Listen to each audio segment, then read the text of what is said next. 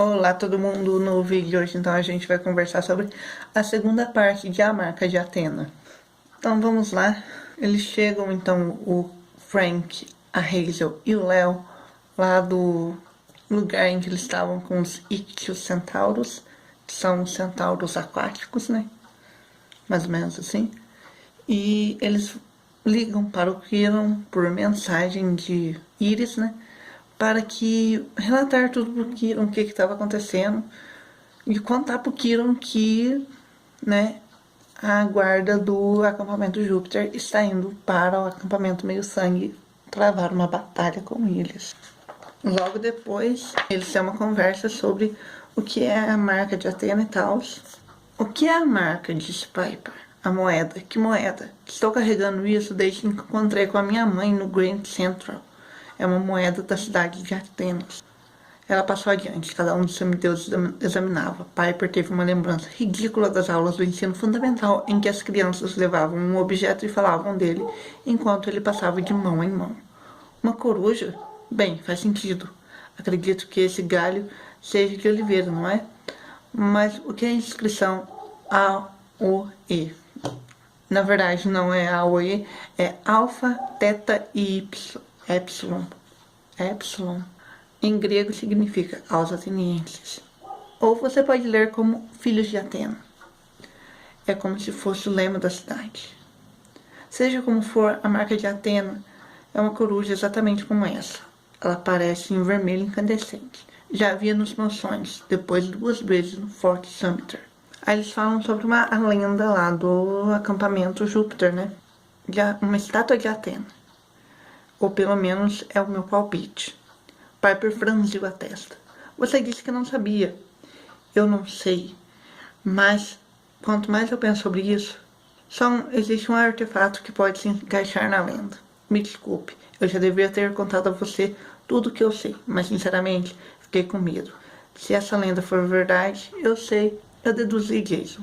E não o culpo. Mas se conseguirmos salvar as estátuas gregos e romanos juntos, você não vê? Isso pode resolver a rixa. Esperem, que estátua? A Atena Paternus, a estátua grega mais famosa de todos os tempos. Tinha 12 metros de altura e era coberta de ouro e marfim. Ficava no Partenon, em Atenas. Ok, desisto. O que aconteceu com ela? Desapareceu. Uma estátua de 12 metros no meio do Partenon pode simplesmente desaparecer? É uma ótima pergunta, disse Annabeth. É um dos maiores mistérios da história. Algumas pessoas acham que a estátua foi derretida por causa do ouro ou destruída por invasores. Atenas foi saqueada várias vezes. Outros acreditam que ela foi levada pelos romanos. Pelo menos essa é uma das teorias que combina com a lenda que eu ouvi no acampamento Júpiter. Para destruir o espírito dos gregos, os romanos tomaram a Atena Paternus e invadiram a cidade de Atenas. Eles a esconderam em um santuário subterrâneo em Roma. Os semideuses romanos juraram que ela jamais veria a luz do dia. Eles literalmente roubaram Atena, mas que ela não pudesse mais ser símbolo de poder militar grego. Ela se tornou Minerva, uma deusa inofensiva. E os filhos de Atena vêm procurando a estátua desde então. A maioria nem conhece a lenda, mas a cada geração alguns são escolhidos. Recebem a moeda como a minha, seguem a marca de Atena, uma espécie de trilha mágica, e se conectam à estátua, esperando encontrar o lugar de descanso da Atena Parthenos e recuperá-la. Então essa daí é a nossa busca, uma estátua de 12 metros da Atena. E eu procurei, existe meio que uma réplica da Atena Parthenos no Partenon. Se eu não me engano, ele está no Partenon, vou colocar a imagem aqui, que ela tem 3 metros, se eu não me engano, a estátua. Então é um quarto do que a Atena Parthenos era. Aí então eles chegam na entrada do Mare Nostrum, que é um lugar conhecido como os Pilares de Hércules. São uma parte no continente africano, uma parte no continente europeu. Se eu não me engano, a parte do continente europeu é na Espanha. Na África eu esqueci que lugar que é. Marrocos, sei lá. Só que aqui, como nós estamos no mundo mágico, tem também uma ilha que aparece para semideuses. Nessa ilha nós encontramos quem? Isso mesmo, Hércules. Aí, 2 pessoas são encarregadas de conversar com o Hércules. Então são eles, o Jason e a Piper. Então Vou falar um pouquinho aqui de Hércules antes de eu contar o que vai acontecer. Hércules, forma romana do semideus grego Hércules. O herói era filho de Zeus e Alquimena. Ela foi enganada pelo Zeus, que se passou pelo seu marido, o Anfitrião. Então, o Anfitrião até queria queimar a Alquimena, porque ela ficou grávida de outro homem, mas Zeus apareceu e falou que não era para ele fazer isso, que era para deixar ela viva. E ele obedeceu. Aí depois, quando Hércules nasceu, ela enviou a Hera enviou duas serpentes para matar ele. Só que ele enforcou as serpentes, matou as serpentes. Aí quando adulto, em um ataque de fúria causado pela Hera, gente, o Hércules matou a esposa Mégara e seus 3 filhos. Aí como castigo para isso, o espírito de Delfos deu como punição os 12 trabalhos de Hércules que nós conhecemos, né? E depois que ele cumpriu esses 12 trabalhos, ele ganhou um status de Deus. Ele se casou de novo com a Djanira e que por um acidente ele matou ela. Mulheres, não cheguem perto de Hércules, ele é perigoso. Depois, atualmente, né, ele é casado com a deusa da juventude Hebe. Então, o Hércules conversa com eles, só que aí eles cometem a burrada, a cagada de falar para o Hércules que eles estão a serviço de Hera. O cara enlouquece. Então ele fala que para ele deixar eles passarem pela ilha ali e ir para o Mare Nostrum, ele vai ter que derrotar o Aquilo, não sei, vou escrever o nome dele aqui, não sei falar o nome dele. Então, vou falar um pouquinho dele. Ele era um deus rio, pai das sirenes. Djanira tinha a mão prometida a ele, mas Hércules o derrotou em um desafio pela mão dela. O Aquilo tinha o dom de se metamorfosear, então aparentemente o estado dele aqui é de um touro, um corpo de touro com cabeça de homem, acho que é isso. E o Hércules cortou um dos chifres do Aquilo nessa briga pela Djanira. O que acontece quando se cortou o chifre do Aquilo? Virou uma cornucópia. Então é uma cornucópia mágica que tudo que você mexe ele pede com muita vontade, aparentemente, sai dali bem mais comido do que o resto, né? Então eles vão lá derrotar. A Piper fica com muita dó do Aquilo, mas ele quase mata. Vocês sabiam que o nome Heracles significa a glória de Hera? Por isso que aqui na série o Hércules prefere ser chamado de Hércules e não de Heracles, porque ele odeia a Hera. Também, né? A mulher causou a desgraça na vida do cara. Se ele não odiasse, meu Deus. Aí eles derrotam Aquilo cortando o segundo chifre, que era o que o Hércules queria. Só que a Piper é muito inteligente e ela não entrega o chifre para eles e eles conseguem fugir com a ajuda do chifre. Eles conseguem fugir porque eles soterram o Hércules numa montanha de comidas. Essa cena foi, sim, o auge da coisa mais engraçada desse livro até agora, gente. Sério. Meu Deus. Como assim uma montanha de comida? Mas eles conseguem e eles vão para o Mare Nostrum. Aí no Mare Nostrum, meu Deus, o Mare Nostrum é aparentemente o inferno. Eles estão voando, né? Eles conseguiram consertar ali o Argo 2 e eles são atacados por Pegasus, que entram e destroem toda a comida deles. Eles são atacados por espíritos do vento. E quando eles descem para mar, que é a vez do Percy tomar conta, né? No ar o Jason tomava conta, agora no mar o Percy toma conta. Aí o Percy, antes disso, o Percy tem um sonho com o lugar em que os gigantes estão guardando o Nico e também com o lugar onde está a Athena Paternum. E é asqueroso o lugar que está a Athena Paternum. Aparentemente tem um monstro lá e é uma caverna. E a Annabeth vai ter que ir sozinha, porque a marca de Atena não aparece se o filho de Atena estiver acompanhado. Coitada da nossa menina. Lá no mar, eles são atacados pelo Crisaor, que é um gigante filho de Poseidon, concebido em um templo de Atena. Como castigo, Medusa ganhou cabelos de serpente. Ele e seu irmão Pégaso só nasceram quando Perseu cortou a cabeça de Medusa. É pai de Gerion. Então, ele é meio irmão do Perseu. Não vai parar de aparecer filho de Poseidon nessa série, né? Já entendi isso. Então, Crisaor quer prender a tripulação da Argo 2, meio que vendê-los. Ele meio que é um dos escravos ali, meio que escravos, trabalhadores de Gaia, sabe?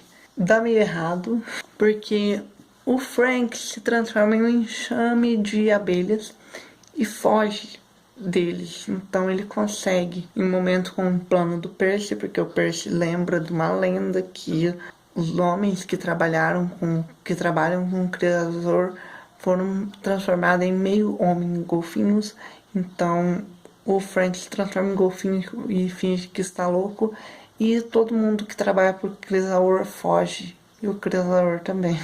É bem engraçado. Aí eles pegam o navio do Crisaor, que tem muito dinheiro, cerca de 6 milhões em joias e ouro, enchem ele de Coca Diet e oferecem em tributo para o Dionísio. Sim, eles oferecem em tributo para o Dionísio. Percy adora Dionísio, né? Aí depois o Jason fala, vai descansar que eu cuido daqui. Porque, né, o Percy que trabalhou porque o Jason desmaiou de novo. Eu acho que eu tô entendendo porque o Jason é a Bela Adormecida. Todo mundo chama o Jason de Bela Adormecida. O cara só desmaia o livro inteiro. Ele tá desmaiando desde o começo desse livro. Eu gosto dos Jason, tá? Vocês acham que eu não gosto de Jason? Ele sonha com o acampamento meio-sangue, o Percy, né? Sonha com o acampamento meio-sangue sendo destruído pelos romanos. E Gaia conversa com ele. Aí eles chegam em Roma. Roma, cidade linda, né? Cheia de camadas. Porque, né?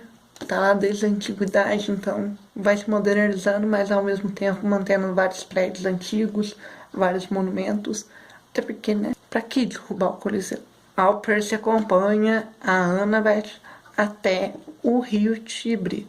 Lá, então, eles encontram o Tiberino e a sua mulher, a Réia Sílvia. Tiberino, então, é descendente de Enéas, o carinha de Eneida. Ele morreu ao atravessar o rio Álbula, que então se passa a chamar Tiberino ou Tibre.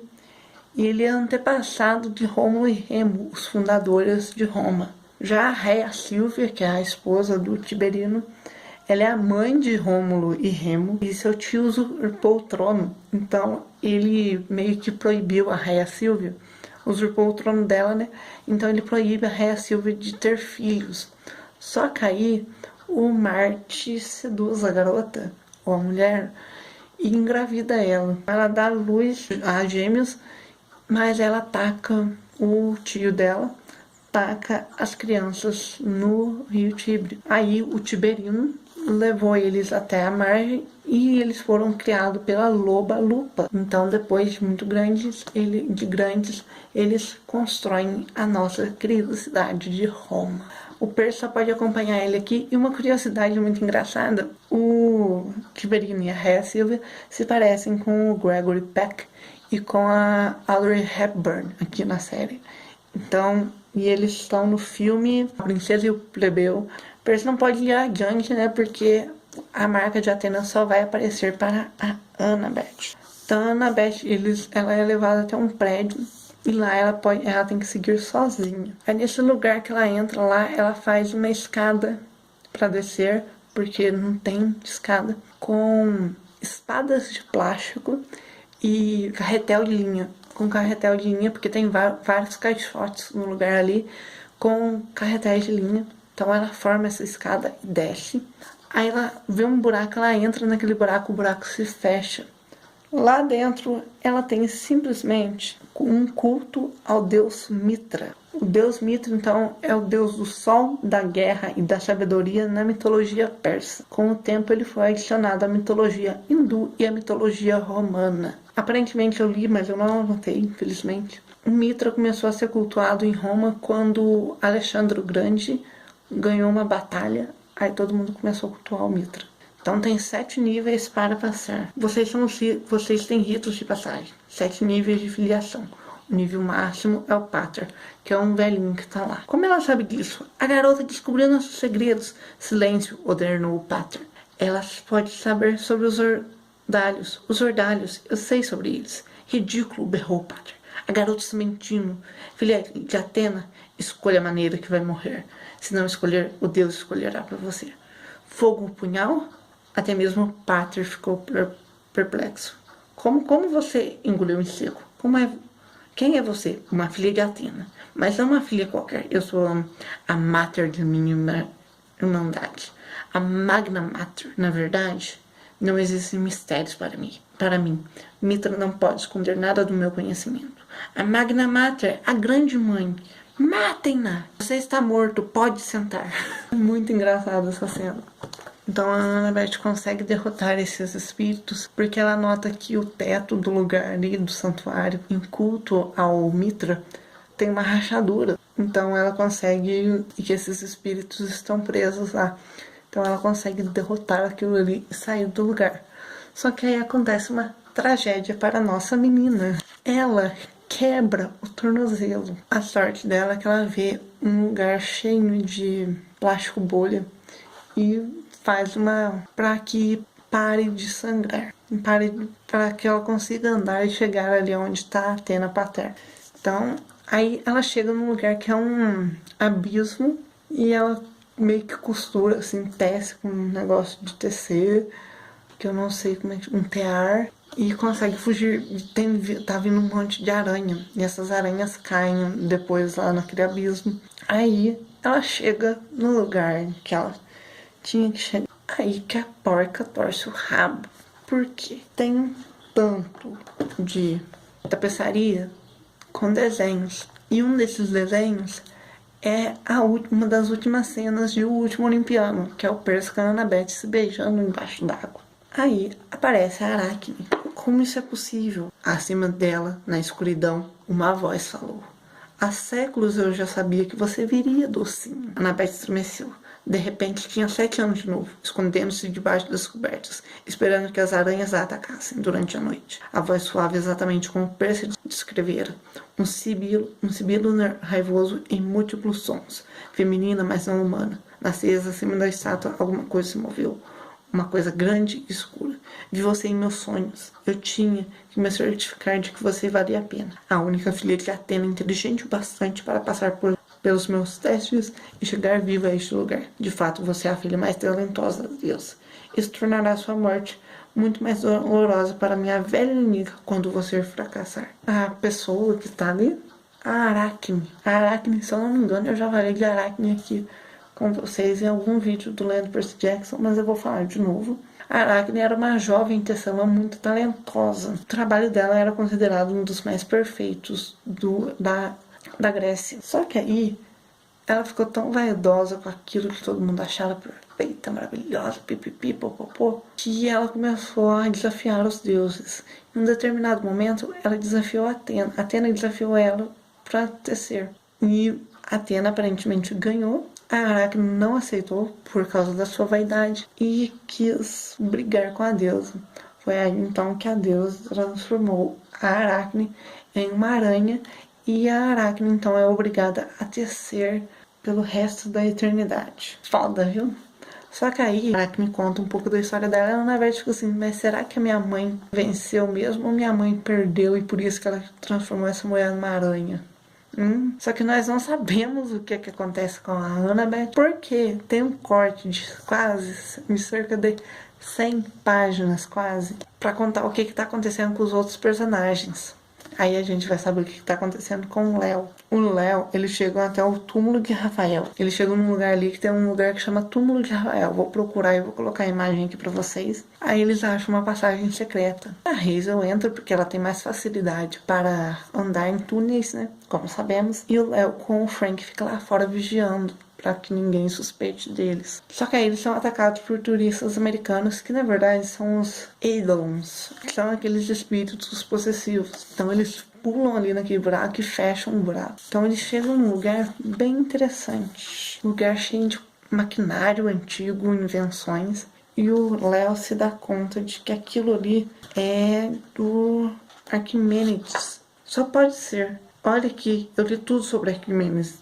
Ele é um herói para os Xananov. O cara era grego, sabe? Vivia em uma das colônias gregas no sul da Itália, antes que Roma ficasse imensa e assumisse o controle. Finalmente, os romanos ocuparam e destruíram a cidade dele. O general romano queria poupar Arquimedes, por ele ser tão valioso. Uma espécie de Einstein do mundo antigo. Mas aí um soldado romano estúpido o matou. Então o Léo fica meio que ofendendo os romanos, sabe? Só pra fazer graça com a Hazel, com o Frank. Ele chama ele de estúpido, burro, que eles não têm facilidade com coisas complicadas como os gregos têm. O Arquimedes calculou o valor do π. Ele criou várias teorias matemáticas que são usadas na engenharia ainda hoje. Inventou um parafuso hidráulico que podia mover a água pelos canos.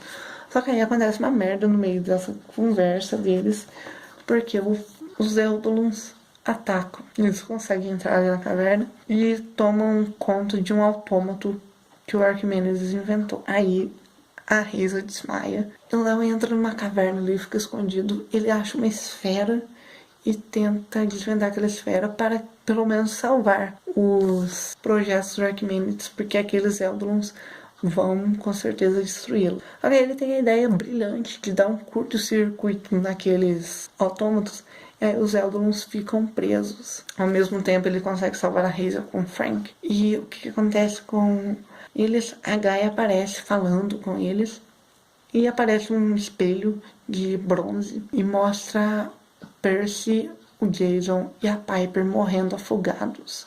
Aí o Léo derrete, né, porque ele tem esse poder, derrete o lugar para que eles não fiquem assim com os amigos. Bem bizarro essa cena. Aí a gente corta para saber o que está acontecendo com o pessoal que está na Argo 2, que é o Jason e a Piper. E o Jason e a Piper vão fazer um piquenique. Aí na cornucópia um bolinho de aniversário. E a Piper fica, ué, de quem que é aniversário? Ah, eu não ia contar não, eu nem sabia que... É aniversário do Jason. O Jason então faz aniversário nas calendas de junho. E aí a Piper tenta olhar na faquinha dela o que tá acontecendo com os outros. E dá errado, gente. A faquinha da Piper não dá certo. Aí aparece o Percy correndo. E eles então veem que tem alguma coisa errada com o pessoal lá, os três lá, o Frank, o Jason, o Léo e a Piper. E então eles vão tentar salvar eles. A Piper fica com...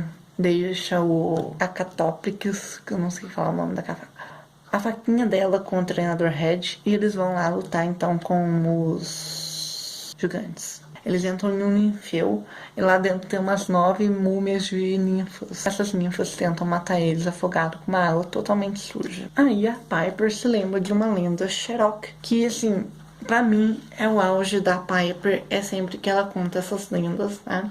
Porque eu tô achando essa menina muito chata. Então, vamos lá. Um homem tinha um cachorro. Todos os dias, esse homem levava um cachorro até um lago para buscar água. E o cão latia furiosamente para o lago, como se estivesse com raiva dele. Por fim, o homem ficou muito aborrecido com o cão por latir tanto, ralhou com ele. Cachorro mau, pare de latir para a água, é apenas água.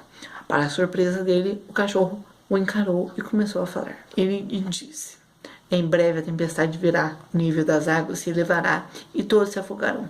Mas você pode salvar sua família construindo uma jangada. Mas primeiro terá que me sacrificar. Você precisa me jogar na água.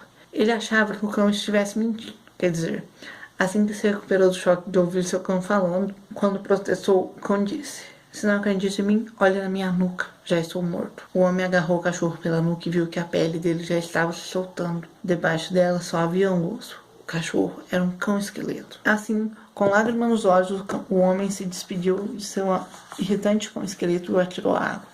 O animal afundou na mesma hora. O homem construiu uma jangada e veio uma enchente. Ele e a família sobreviveram. Quando a tempestade passou e a jangada trancou, a família e o homem eram os únicos sobreviventes. Ele podia ouvir sons vindo do outro lado de uma colina, como se milhares de pessoas rissem e dançassem. Mas quando chegou ao topo, não viu nada além de ossos cobrindo o solo, os esqueletos de todas as milhões de pessoas que haviam morrido afogados. Ele se deu conta de que os fantasmas dos mortos dançavam. Aquele foi o som que ouviram. Aí conta aqui, né, que a Piper começou a olhar pro cachorrinho dela, porque o cachorro morreu, então não sobrou ninguém, nenhum cachorro da espécie cachorro. E ela começava a olhar pro cachorro, tipo, você também é um esqueleto? É bem engraçado. Ela se lembra disso, ela pega a cornucópia e fala, gente, vamos fazer chover pra gente sobreviver. Essas ninfas precisam reviver. Então eles conseguem fazer com que a água fique limpa. Aí eles chegam até os gêmeos. E os gigantes gêmeos, estão planejando um grande hipogeu para que Gaia volte à vida.